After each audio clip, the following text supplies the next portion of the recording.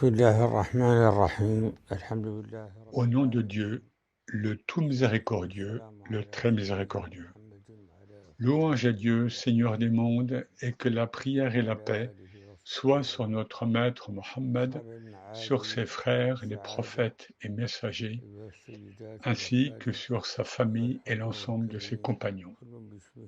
Excellences, Mesdames et Messieurs, honorables participants, chacun en son nom et en son rang distingué. Assalamu alaikum wa rahmatullahi wa barakatuh. Il m'est agréable de vous accueillir à cet important colloque philosophique international organisé par l'Université Mohammed Ben Zayed pour les sciences humaines, en partenariat avec l'Institut français d'islamologie au sein de la prestigieuse Université de la Sorbonne à Paris. D'Abu Dhabi à Paris, c'est un long parcours de communication intellectuelle et de dialogue civilisationnel qui s'ouvre. Ce colloque s'inscrit dans l'engagement constant de l'université à renforcer ses partenariats avec les grandes institutions scientifiques et académiques à travers le monde. Notre démarche consiste à jeter des ponts pour favoriser un dialogue serein et une réflexion partagée autour de sujets d'importance scientifique ou d'impact sociétal. Ceci dans l'espoir de renforcer le statut du savoir au sein de notre famille humaine. Mesdames et messieurs, notre approche pour ce colloque émane de la vision civilisationnelle que nous aspirons à réaliser, c'est-à-dire une vision fondée sur la conciliation et la médiation, une vision qui érige des passerelles afin de relier les deux rives du fleuve de la vie, ce fleuve fidèle à sa source, coloré par les différentes terres qu'il traverse et s'écoulant avec fluidité pour abreuver les vergers des connaissances humaines. Notre méthodologie vise à relier les champs du savoir aux différents espaces culturels, à favoriser l'alliance entre nos valeurs communes, tout en préservant l'équilibre entre les principes universels. C'est grâce à cette méthodologie, c'est-à-dire en dépassant les dichotomies, en rejetant les ruptures, en tirant profit des fruits de la raison et en instaurant la coexistence entre les idées, que les Émirats arabes unis ont réalisé, par la grâce de Dieu, et continuent de réaliser un renouveau civilisationnel conscient et une prospérité féconde. Nombre de réconciliations fondamentales ont ainsi été accomplies, notamment la médiation entre la religion et la science dans son acception moderne, ainsi qu'entre la religion et la philosophie. Il est grand temps de briser les barrières et de dépasser le rejet mutuel déploré par de grands philosophes et théologiens, à l'instar du philosophe américain Alvin Plantinga. Dans cette optique de réconciliation, de conciliation, la religion et la science ne sont pas antagonistes, mais bien deux sphères complémentaires qui concourent à l'intelligibilité de l'existence et à l'édification du monde. Plus encore, la science, sous ce nouveaux auspices, s'affirme comme une alliée de la foi. Les acquis de la physique et de la cosmologie moderne sont venus remettre en question l'hypothèse d'un univers éternel en offrant des modèles cohérents de sa genèse et de son évolution. Dès lors, la science nous livre la prémisse mineure. Le monde est contingent et sujet au changement. Quant à la raison, elle établit, en vertu du principe de causalité, la prémisse majeure. c'est-à-dire tout événement contingent requiert un initiateur. Il s'ensuit que l'être éternel, que nul néant n'a précédé, est l'être nécessaire. Wajib el-wujud. C'est cette vérité que soulignait Descartes lorsqu'il disait « de rien, rien ne se fait ». Bien que nous soyons conscients des débats qu'il suscite, cet argument contribue puissamment à restaurer le lien entre religion et science. Cette restauration prend tout son sens lorsque nous posons que le créé n'est point la cause ontologique du créateur, mais la voie d'accès à son intelligibilité. Elle agit comme un indice révélateur de la cause et non comme son principe générateur. Il s'agit là d'une preuve rationnelle, inférentielle, qui dévoile la nécessité causale, bien au-delà d'une preuve de constatation descriptive. Toutefois, ce rapprochement ne saurait s'opérer sans une clarification préalable des rapports, une délimitation des champs et une distinction des finalités fondée sur les grands principes méthodologiques suivants. Premièrement, la science, dans son acception moderne, se définit comme une démarche d'investigation humaine portant sur les étangs et la régularité de leur voie. Son horizon épistémique, selon la formule du physiologiste et philosophe Claude Bernard, se borne à la recherche des causes secondes des phénomènes. Elle ne dispose pas de voie pour s'élever jusqu'aux causes premières. Il s'ensuit une disjonction fondamentale, à savoir les interrogations existentielles portées par la religion sont d'une toute autre nature que les problématiques traitées par les sciences expérimentales. Cette distinction méthodologique entre en résonance avec l'analyse de Paul Ricoeur, le philosophe français, dans Le conflit des interprétations. Évoquant les limites des sciences humaines, il souligne « La psychanalyse n'a pas d'accès aux questions de l'origine radicale des choses. Le psychanalyste n'est ni théologien, ni ennemi du théologien. En tant que tel, il est agnostique, ou, pour le dire plus rigoureusement, il n'est pas qualifié pour répondre. » Deuxièmement, la science moderne, fondée sur l'observation et l'expérimentation, procède par inférence inductive pour établir des lois générales, une caractéristique soulignée par le philosophe Bertrand Russell. De ce fait, le savoir scientifique est intrinsèquement empirique. Il ne saurait prétendre à la certitude absolue ni à la nécessité logique, mais il demeure par essence probabiliste et provisoire.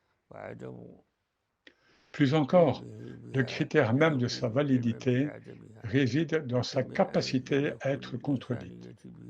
Comme l'a théorisé Karl Popper, c'est la réfutabilité ou falsifiabilité qui constitue la marque de démarcation de la science.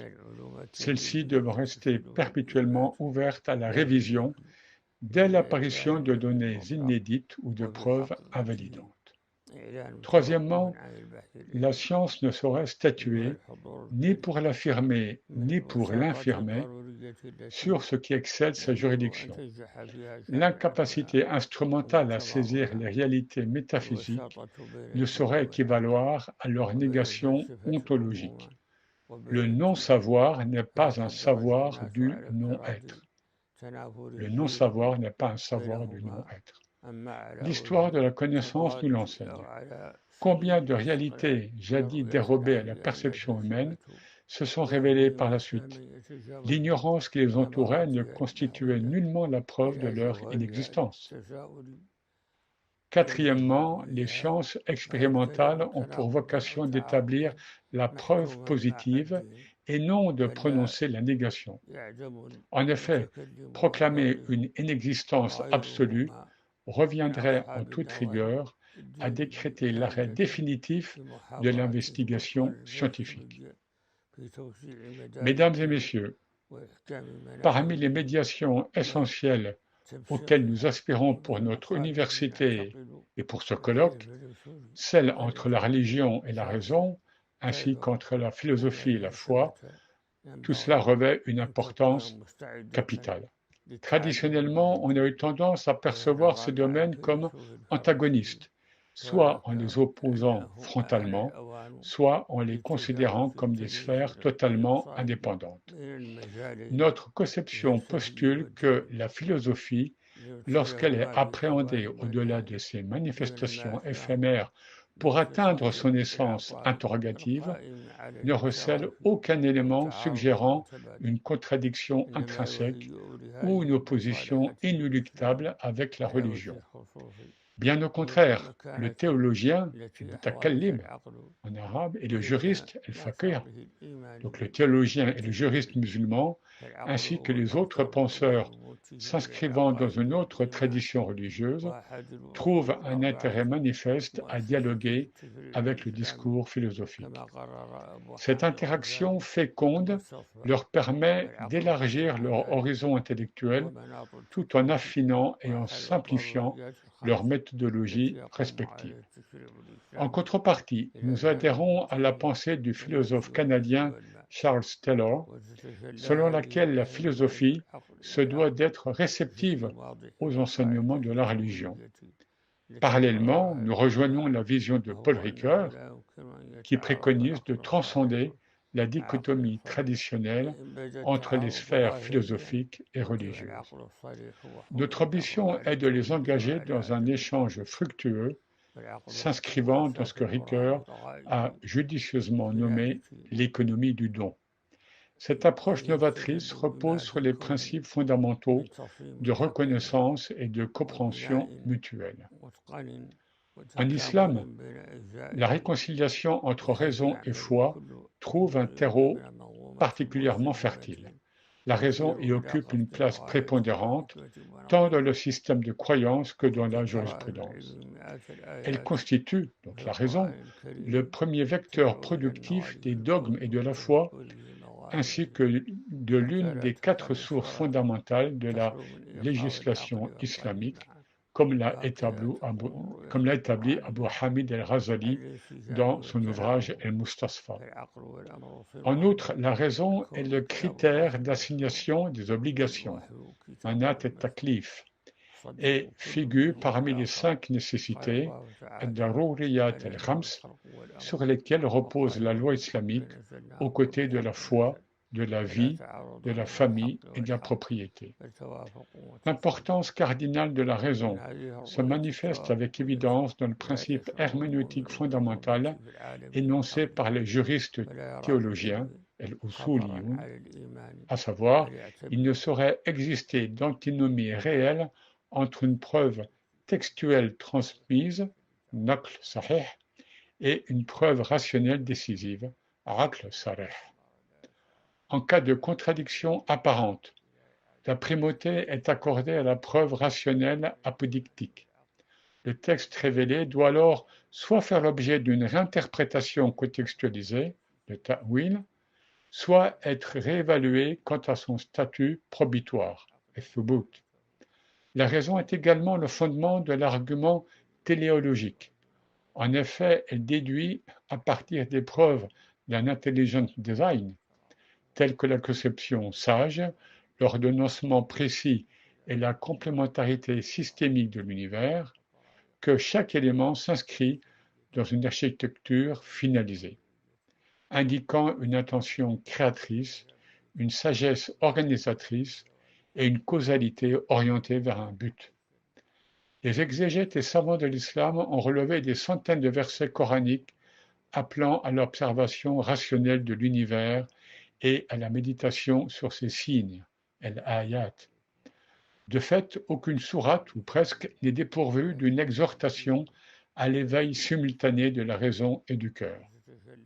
Ainsi, la vision coranique repose sur le principe d'harmonie ontologique et de concordance épistémique. La création, el-khalq, et le commandement, el-amr, sont 2 manifestations jumelles de la souveraineté divine. L'univers est le livre déployé de Dieu, et la révélation est son livre écrit, chacun attestant la véracité de l'autre. Dieu le Très-Haut a dit, la création et le commandement n'appartiennent-ils pas qu'à lui, à Dieu? Sourate Al-A'raf, verset 54. Et il a dit, c'est par la vérité que nous l'avons, le Coran, fait descendre. Et c'est par la vérité qu'il est descendu. Sourate Al-Isra, verset 105. Il ne saurait donc y avoir d'antinomie entre la vérité révélée et la vérité cosmique, mais plutôt une convergence et une confirmation mutuelle. Partant de cette vision concordante, le croyant ne se sent pas étranger dans le monde qui l'entoure. Il ne voit pas non plus de la science un danger pour la foi, mais un horizon pour la méditation, une voie pour la découverte et un moyen de glorifier le Créateur. Dès lors, le croyant ne perçoit pas l'univers comme un environnement étranger, ni la science comme une menace pour la foi, mais il y voit au contraire un horizon pour la contemplation intellectuelle, une voie d'accès à la découverte des signes divins et un moyen d'exalter la perfection du Créateur. Mesdames et messieurs, ce colloque n'a ni pour objet ni pour vocation de reproduire le conflit historique qu'a connu l'Europe entre foi et raison à certaines époques. Il vise plutôt à instituer une philosophie de complémentarité structurelle et de soutien mutuel, restituant à la raison sa place normative, à la révélation son autorité fondatrice et à l'être humain son équilibre éthique et spirituel face aux mutations contemporaines. Il ouvre en outre un horizon pour le renouvellement du discours religieux, ce qu'on appelle tajdid el-khitab ad-dini, par le développement des méthodes démonstratives, la modernisation des modes d'exposition et l'intégration raisonnée des acquis de la philosophie et des sciences de la nature, sans altérer les vérités révélées, ni transgresser les exigences de la raison saine. Tels sont quelques éclairages partiels sur les axes de ce colloque dont nous appelons de nos vœux un plein succès et une issue féconde. Que la paix, la miséricorde et la bénédiction de Dieu soient sur vous. والسلام عليكم ورحمة الله وبركاته.